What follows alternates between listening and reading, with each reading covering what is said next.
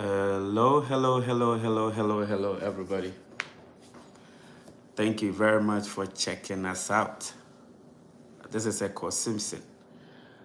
Um, I want to say thank you to everybody who is watching right now. I know I just came in, so I have to give a little time for all of you to come up live and follow, and then we have this awesome conversation.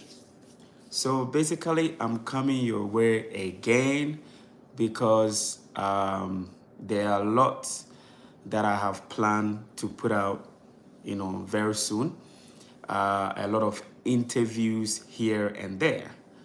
I have a couple of interviews that I have done, but if you're watching me right now, I'll be very much happy if you put up a comment. I'll be very, very much happy if you put up a comment and let me know where exactly you're watching me from. So, like I mentioned, this year, beginning of next year, I would love to do a lot of interviews, okay? Especially with people who are outside Ghana or outside, Ghana, maybe any other place that I can get the chance to talk to people. I really want to do that. So this year specifically, ending of the year, beginning of next year, I really want to share more with, closely with my subscribers. And like I said, I've seen that I have 7 people who are watching right now.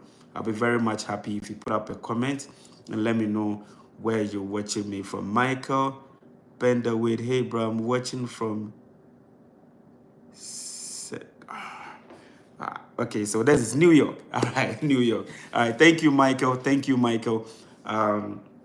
I appreciate you clicking and then following as well. So, like I said, I think that we need more of conversations among ourselves, okay? We need to be talking more. Ghana Brewer, remember. Maloney Multimedia.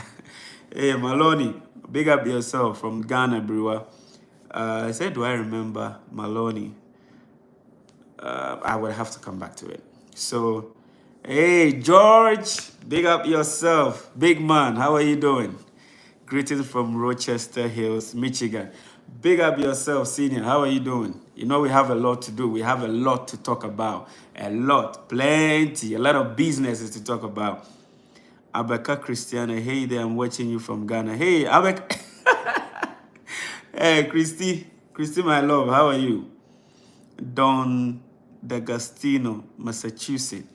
Wow, this is beautiful. So, like I'm saying, I want to be able to be interviewing a lot of people, hearing what other people have to say, what they have to share. I've already done about 5 interviews, and the most interesting part is that all these people that I'm interviewing, they are within the Caribbean and within the African diaspora community, okay? Because I have realized that we need to talk more. There was one of the interviews that I did, and shout out to Rio. Rio said, Ekow, I asked Rio, what do we have to do for Africans to come together and work together? We always talk about the Chinese people do business among themselves. You know, the Indians, they do business among themselves. That is one example that I want to give. I went out to buy something. I went to a shop. And to be very honest with you, it was full of Indians. There was no black, there was no Chinese, there was no other race than Indians only. So I was like, do we have businesses like that belongs to Africans, that employ Africans? You know, that was something that it was just in my imagination. I was thinking, do we have something like that? If we don't, then I think we have to try, because I met one brother here, and then he's a Nigerian. We were having a conversation and we were talking about immigration stuff. And then he was like, the problem with Africans, or maybe in the US or in Canada, because we are here, he was talking about Canada. The problem with blacks not getting support from other blacks is that when you come to Canada, we have few black people who own businesses, okay, who own companies. We have few of them. And even that, they don't really employ Africans because they have their own notion that Africans are this, Africans are that, Africans are this. So I asked Rio, how do Africans come together and work? How do we start this? And all she said was, we need to talk. We need to talk. So, I took something from that if we don't talk, how would you know what I'm thinking? How would you know about my history? How would you know about my lifestyle? We need to be talking. The more we talk, the more I understand where you are coming from, the more you will understand where I am coming from. So I feel that ending of this year, beginning of next year, through next year, I want to be looking at the conversation. We need to be talking. We need to be having this conversation almost all the time. Because the more we talk, the more you get to know me as an African and how we do things. But if we don't, like I came here, you get into a bus and everybody has an earpod or they have headset. They're either listening to music or listening to a podcast. And at a point where you want to call someone for help or get information from someone, you realize you call the person and they're busily here. There's no communication. So that is why I feel in my experience living here in Canada or being here in Canada, I feel there's more of individualistic kind of liberty. There might be a community, but I don't know. That is what I don't want us to focus on. We need to open up and have conversations. Africans need to open up and have conversation. That is it. That is it, period. Because if we don't have these kind of conversations, we will not learn. So, like I'm mentioning now, if you're watching right now, you get to watch later or you're watching now, put up a comment, let me know where you're watching me from so I can give you shout outs. And also, if you're ready to share, it is nothing deep to share. What we want to share is our typical lifestyle, our typical story. How do African men even approach African women? How do we organize our funerals? How do we even prepare our food? How do we call people for help? How do we accept the fact that in our community, someone can reward and reprimand or punish my child? When I say punish, I don't mean to beat, but to correct. Let me use that word. To reward and to punish. That is, if I want to use the right word, or to correct. How do we understand that? There was one conversation that I was having with an African American. She stated she's an African American. And then she said one sister went to Ghana or somewhere in Africa, and then in the bus, there were other African people there in the bus. In the bus, when the bus got to one stop, the one that was coming out, she had a baby and she had some stuff. So she took her baby and just put it on the lap of the African American. And she held the baby and she was like, "What? Like, why do you have to put your baby on my lap?" Because the woman wanted a space or someone to hold a child so that she can gather herself and then take the child and go. But the African American was sitting down, like rolling the eyes and thinking, this can't happen in the US. That was the conversation. This cannot happen in the Western world. That a woman who has a child and has some stuff to carry, they get to the bus stop because she wants to, gather herself and then get down. She held her baby, put it on the lap of a stranger, of an African American who was sitting in the bus, so that she could gather herself and take her baby and then went down. So the story was like, when she held the baby, she started just looking around, like if anybody is going to complain. And everybody was like busy. They are okay with it. Vicky Jones, greetings from Texas, United States of America. Hello, Vicky. How are you doing? Thank you very much for being here and listening to me. So she was like, the African American woman was like, what is going on? And then after the woman was ready, she just took her baby and said thank you and left. So these are some of the things. And then when that lady came back to the US, she was sharing with her friends. So these are the communal attitude of Africans. The communal attitude of Africans. I have personally been scolded, punished by a neighbor when I was young, by an uncle, even let's say an uncle is close, by a neighbor because I did something bad in the community. Mr. George, we have trust issues in the US. Okay, trust issues. Trust issues. Wow. So what makes trust issues? Personally, I had an argument with someone, and then I said I trust everybody in this world. That is what I said. That was the statement I made. Now, I don't know you. This is our first interaction, second interaction, third interaction. You've not done anything that will make me not trust you. So I cannot approach someone with first-hand information of me not trusting the person. So that is for me. But then the lady went back, shared the story, and then, like I was saying, the example that I was giving, I've been scolded, punished, rewarded by people who live around my area. And your mother will come, listen, your parents will come, or they will say, what did you do that got you beaten? If you don't tell your story well, even at that point, you will get another beatings.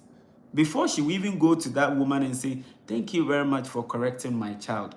Thank you very much. But I learned in other places, it is not like that. So then, this is why I want to come in and share.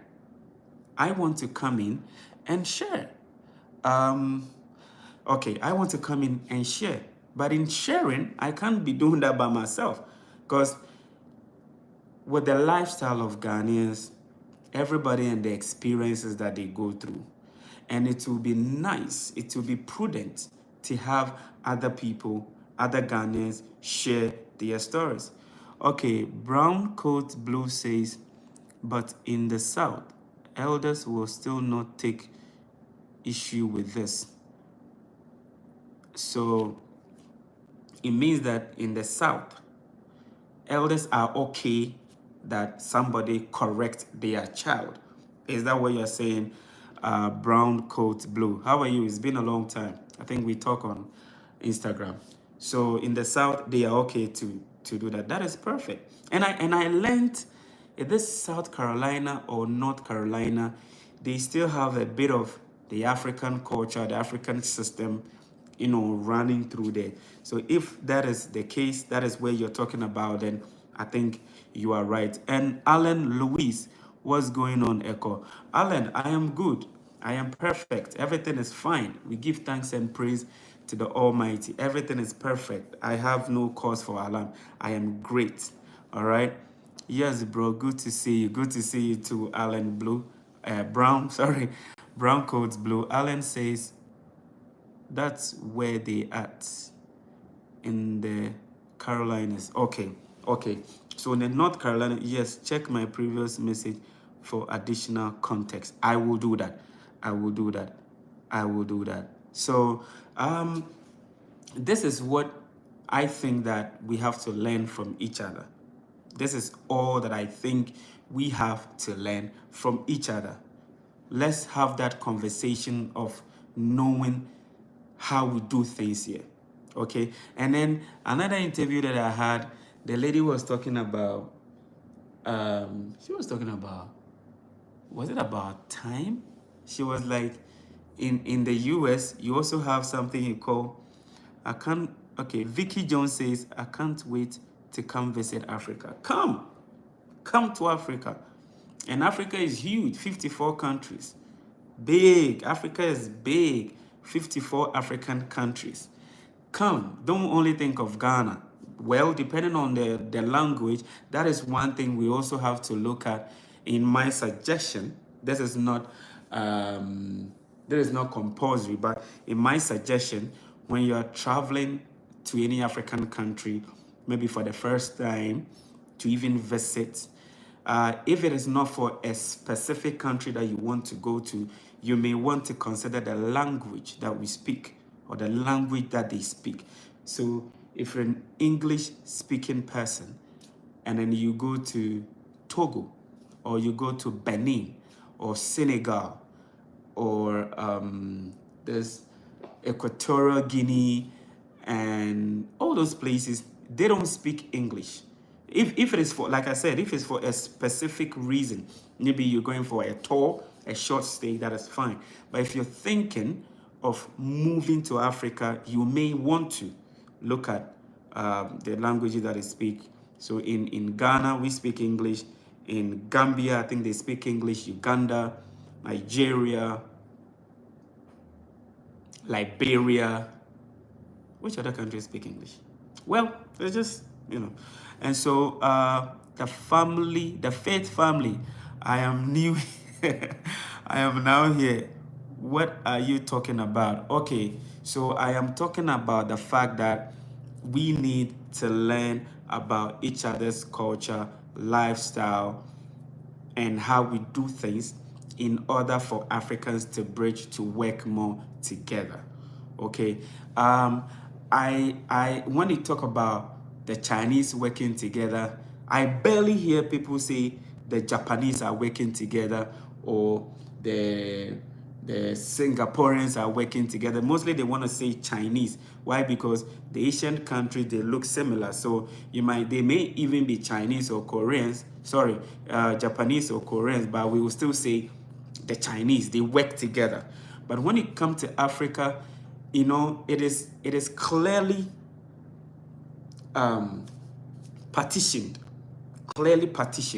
So it makes it difficult for Africans to work together. So that is why I'm saying that the Africans home, the Africans in the diaspora, when you talk about the diaspora, you may look at the African American society, or you may look at the Caribbean. So I know you the Faith family, I know you have Jamaica and Trinidad, okay? Jamaica and Trinidad. So sorry about that. The weather is kind of like dry a little bit, so it makes me cough. Anyway, sorry. So if we have Africans working together, then we can work on things to move. Because listen, we always complain that the Chinese are coming to Africa. You see? Now this is my take.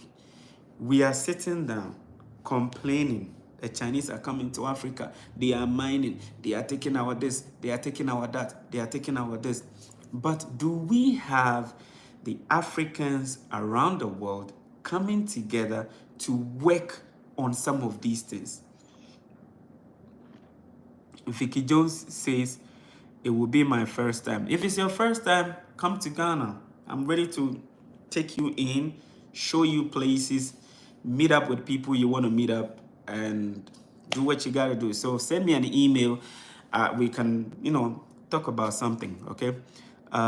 Thank you for sharing this information. You're welcome, Vicky. Alan Lewis, we know each other enough to build our families.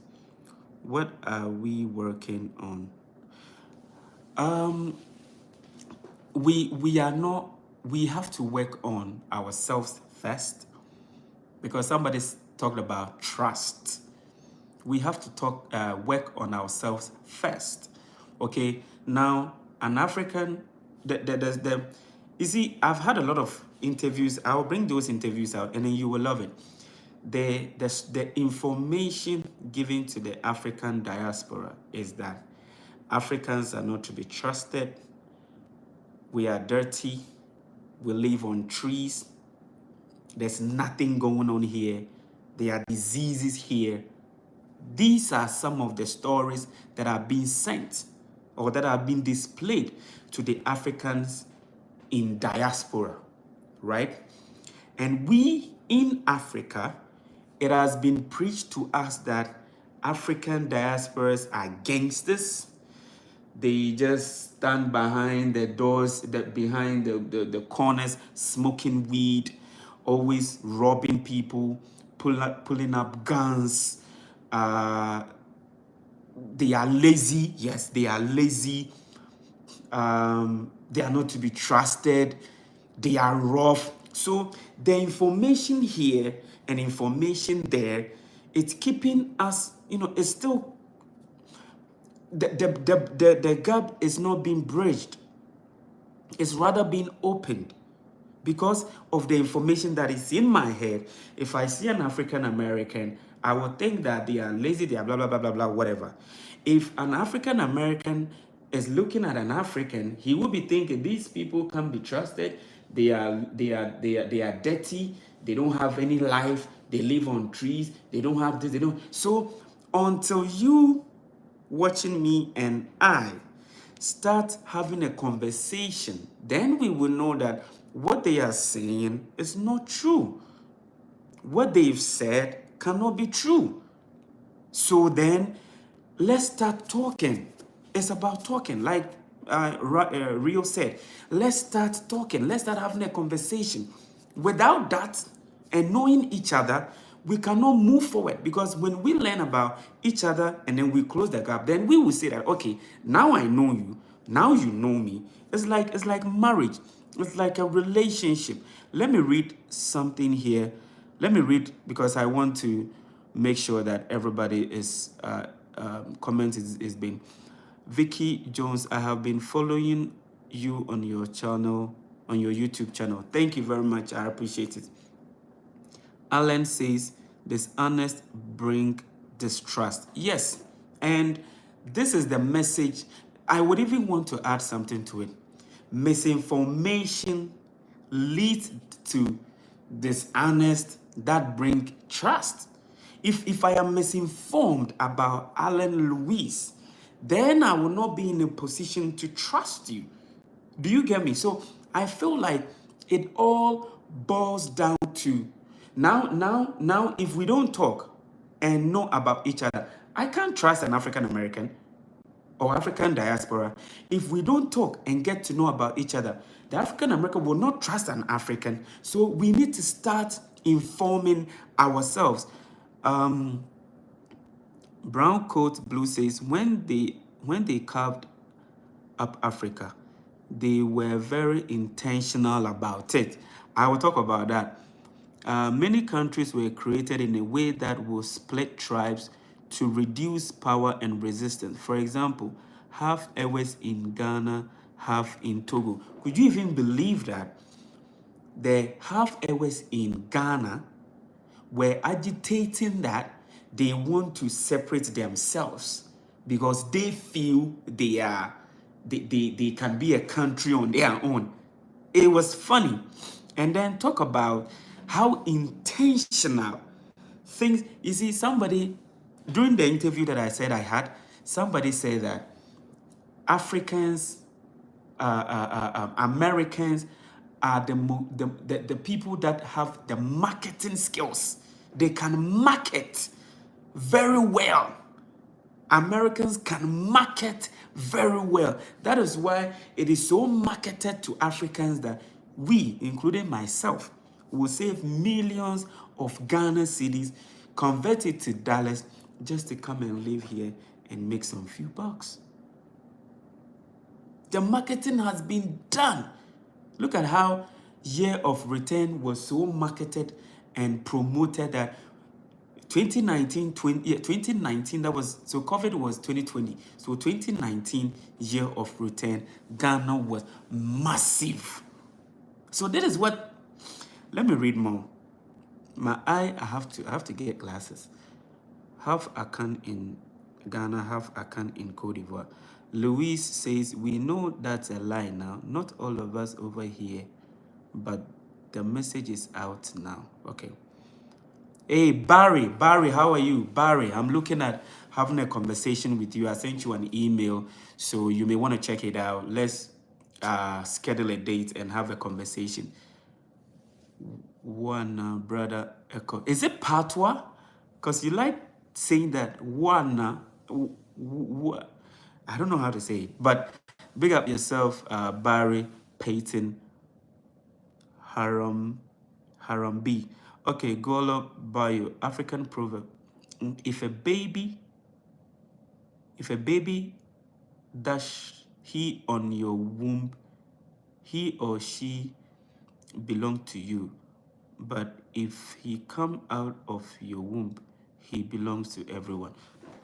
Sorry. Canada, excuse me.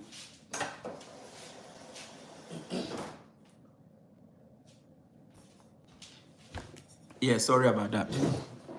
Yes, let me translate that in my language because I've said that lately when I'm making videos, I will be speaking my language. Inti ma gulo boyo or Kenya de se eba shawiyema or ya wan koten waza na eba no opeya or you be araza. You see the action? If there's he's saying he or she, I don't know. That an African proverb that says that if you have a baby in your womb, so I'm going to translate that in my language. Se eba shawiyema, se eba is baby, wiyem means womb. Se if is se eba shawiyema oyawaza means it belongs to you. Oyawaza. So those of you who want to learn my language, I will start doing something very. So I'm just putting things together. So eba shawiyema oyawaza. If you have a baby in your womb, it belongs to you. Na se eba no peya, se iyi banu peya ono yobiaraza. If the baby comes out, it belongs to everybody. That is an African proverb. And that is what we do here. So I can call somebody's son, daughter, and send a child to do something for me. The same way, if I have a reward, I can call somebody's child who shows good character, and then I reward a person. So Alan says, you all know that's a lie. You all know that. Alan, can you say which ones you are saying it's a lie? I want to know. Like, are you saying the information that has been imprinted in our head? When I say our head, this part is African diaspora, this part is Africans in the motherland. If those information is what you are talking about, then yes, now we are getting to know, because now you have people from USA, UK, whatever, who are African there, who are coming to Ghana, so they are learning. They are learning to unlearn all those that was put in their head. The same way we have Africans who also coming somewhere here to also learn and unlearn. So if that is what you're talking about, then fine. Blue says, look at Cameroon. They fight over European language they got taught. It's crazy. Hi, Ekow, how are you? What is the visa situation for Ghana at the moment? So, Rootsman Sonny, what I know is that you can apply ahead of your trip, providing all the necessary documentations you need to provide to the Ghana High Commission or Embassy in your country. I don't know where you are. I'll be very much happy. Those of us who are watching now, I'll be very much happy if you put up a comment, let me know. Oh yeah, I'm watching you from New Jersey. I said New Texas, maybe Texas or New Jersey, so that I know. So if you don't apply for the visa before your trip, then you can do visa on arrival. Visa on arrival. So when you get there, there are certain things they will need from you, and then you pay, and then you can just come into the country. Barry is saying Africa is ours to enjoy. It is. I say. Vicky Jones, Allen, part of beginning of black adults is you know the premise of your nature. Okay, Barry says that's the way we say hello in New Orleans, Louisiana. Oh, okay. Wana. Wana. Okay, when we have our interview, you have to teach me. So Michael Bunda with, is that tree language? Okay, that wasn't tree, that was Fanti. So in the Akan language, in Ghana, we have about 50 plus languages, but I think 11 are studied and written are studied and written in various schools. So with the Akan, we have various ones, but the one I am privy to, the one that I know is Twi and Fante. With the Fante, that is my mother tongue. So the central region of Ghana, we speak Fante. Okay, we speak Fante. Hey, I'll be very much happy. Kindly like this video, share this video, and I've seen there's a star up there. You can click on the star if you want to support this video and everything. So I speak Fante. Okay, so there's a little difference. So let me give you an example. Michael, I'm going to use the word water. Okay, water in tree, you will say nsuo. So it's like s u o, nsuo. So if I want to spell it, it's NSUO, right? But in Fante, it's nsu. There's no o at the end. So insu is s u. Okay, s u, insu. So that is it right there.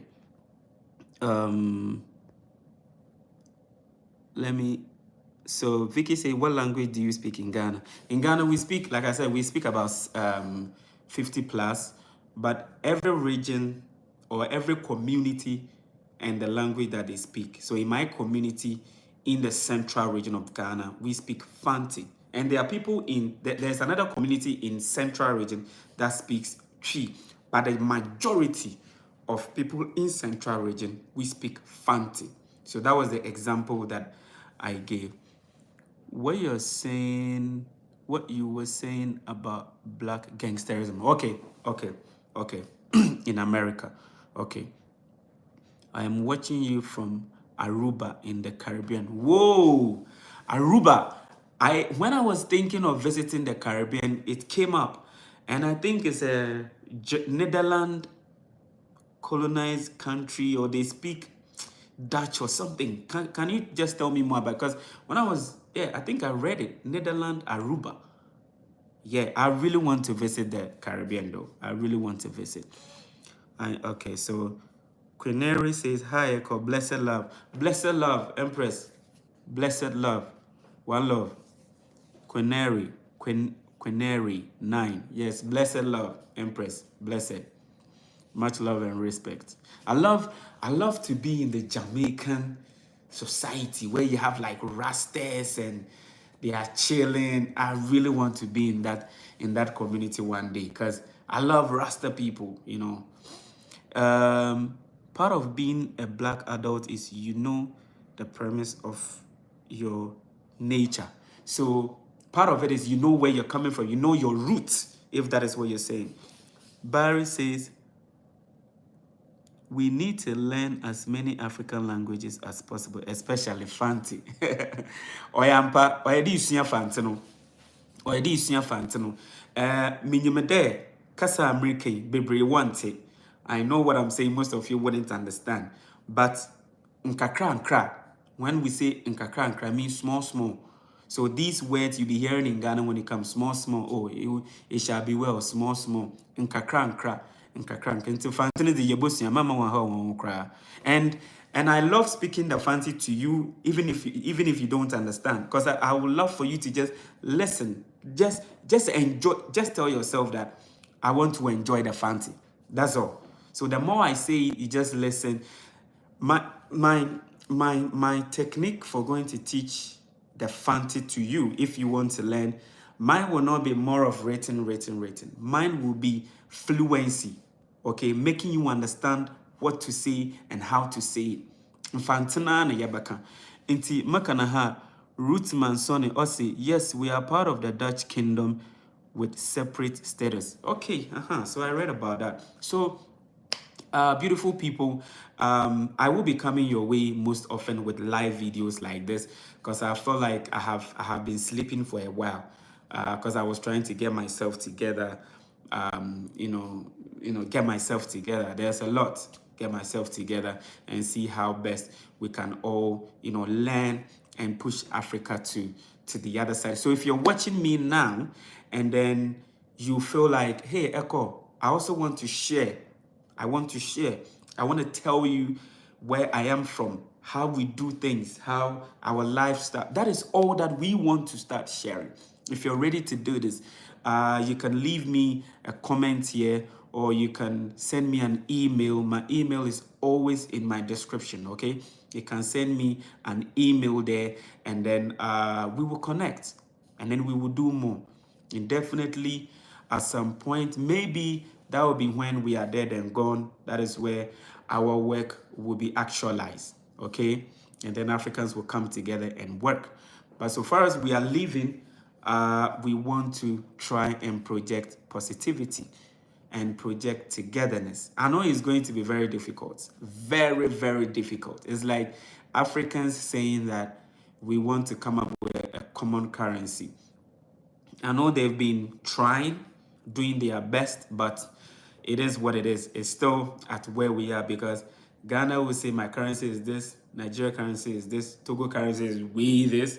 So then how do we come? It's not going to be easy, but there's going to be sacrifices here and there. So I basically came your way just to have a conversation. And I love all of you who came here. I love all of you. I mean, I'm very happy. Like the contribution that is coming, I'm super happy. So big ups to Rootsman, big ups to Alan, Quenry, big up yourself, Rastafari. If you're in Jamaica, I would love to connect with you, because when I leave Canada, I'm not going back to Ghana straight up, no. Because that is one funny thing. The intention to keep Africans apart. Somebody will sit somewhere and say, oh, it is not an intention, it is this. But whatever it is, somebody sat down and brought that idea. So the idea is that Africans in Ghana, or Africans in the motherland, we cannot travel straight to the Caribbean. We can't. There's no flight that will take you straight to the Caribbean, right? Yeah, man, one love, my brother. Yes, so we can't. There's no way we can. What's gonna happen when Africa, we are dead and gone again? I think that whatever we are doing now, to Alan, whatever we are doing now started from someone. If we believe this, then it started from someone. I've never been to the United States, but through education, through the media, through the papers, through the books, I know that Martin Luther King started something. Marcus Garvey started something. My kin, Dr. Osajifo, Dr. Kwame Nkrumah, the Pan-Africanists who wanted to bring all Africans together, started something. They didn't finish. They are dead and gone. But the process is what we are in now. So if we also die and go, definitely there may be people like yourself following the pattern until we get there. So the gratification will come when we are dead and gone, and we are smiling down there that whatever we started, they are working on it. Someone is working on it.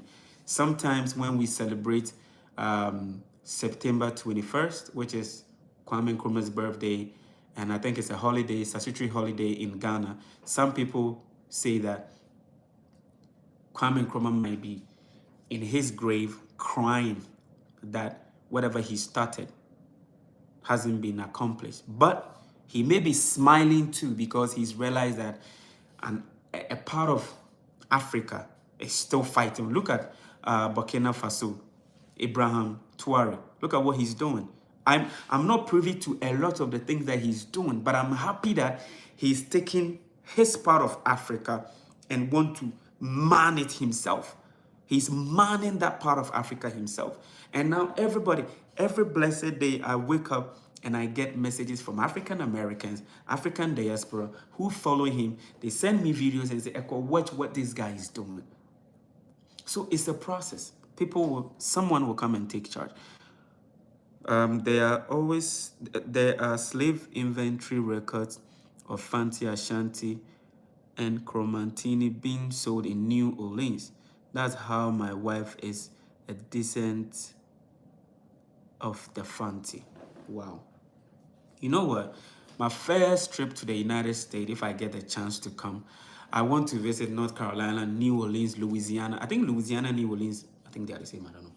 but I mean places where the history is, where the history can be found. And I learned in Maryland where there are a lot of black people. What I'm trying to get you to see is those people are so great and so godly that their foundation never cracks. Well, Alan, I wish we would talk more on this, because you're really opening my eye to a lot of things, and I really appreciate it. Abraham is continuing the mission from Thomas Sankara. Simple. Simple. And some of these people, one thing that we have to look at it, some of these people are not people that were chosen by the people to lead. You understand me? Some of these people are people that were not chosen by anybody. From my observation, learning, reading, anybody that is a legend. I wouldn't use the word legend. Legend, I don't want to use the word legend. Anybody who is being celebrated as a liberator, as an African, or as a Pan-Africanist, wherever, these people were not chosen that, hey, Martin Luther King, we sitting here, we realized that, blah, blah, blah, so let's vote for you so that you become. No, these were people who started acting, and people got to know that these people can do the work, and they push them. So sometimes I see voting for a president, for something, and I feel like they are people who are not there to do the work. But because people, they ask for you to vote, you tell them to go and sit there, and they mess up. So there are lots that we can do as Africans and Africans in diaspora. There's a lot that we can do, and we need to man up and do some of these things. We need to come together. Let's start that conversation. Let's share. Just tell me, tell the world, tell Africans, we are like this. This is how we do things. Africans, come here. This is how we do things. Oh, it's similar. It's similar. So why the fight? Why there's no fight, but why the disagreement? Why are we not coming together like the Chinese, the Asians? Why are we not?